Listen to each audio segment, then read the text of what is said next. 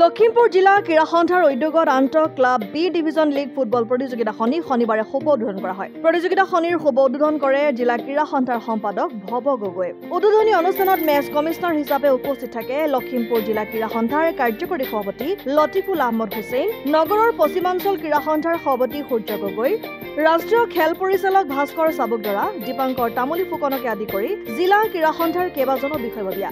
শুভ উদ্বোধনী প্ৰতিযোগিতাখনি দাৰচাং football club আৰু Orunodoi football ক্লাবৰ মাজত অনুষ্ঠিত হয়। অৰুণোদয় ফুটবল ক্লাবে 2-1 গলত জয়ী হ'বলৈ সক্ষম হয়। পৰৱৰ্তী খেলখন সুৰজজ্যোতি ফুটবল ক্লাব আৰু শান্তিপুৰ যুৱ সংঘৰ মাজত অনুষ্ঠিত হয়।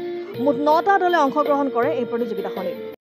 আমাৰ সৰ্বমুঠ 21টা টিমে অংশগ্ৰহণ কৰিছে, যিহেতু আমি 3টা মণ্ডলত বিভক্ত কৰিছোঁ। লখিমপুৰ, বিহপুৰীয়া আৰু নাওবৈচা 3টা মণ্ডলত। অহা কাইলৈৰ পৰা বাকী মণ্ডলকেইটাতো খেল আৰম্ভ হ'ব। যিহেতু জিলাখনৰ যথেষ্ট ব্যাসাৰ্ধৰে পৰিপূৰ্ণ আৰু বহুতো ইয়াতে ফুটবল ক্লাবৰ আছে, গতিকে আমি এটা জেগাত কৰিবলৈ অসুবিধা হোৱাত আমি 3টা মণ্ডল কৰি 3 ভাগত এই খেল অনুষ্ঠিত কৰিছোঁ। লখিমপুৰৰ পৰা ৰাহানুদ্দিন আহমেদৰ ৰিপৰ্ট, অসম আদিত্য।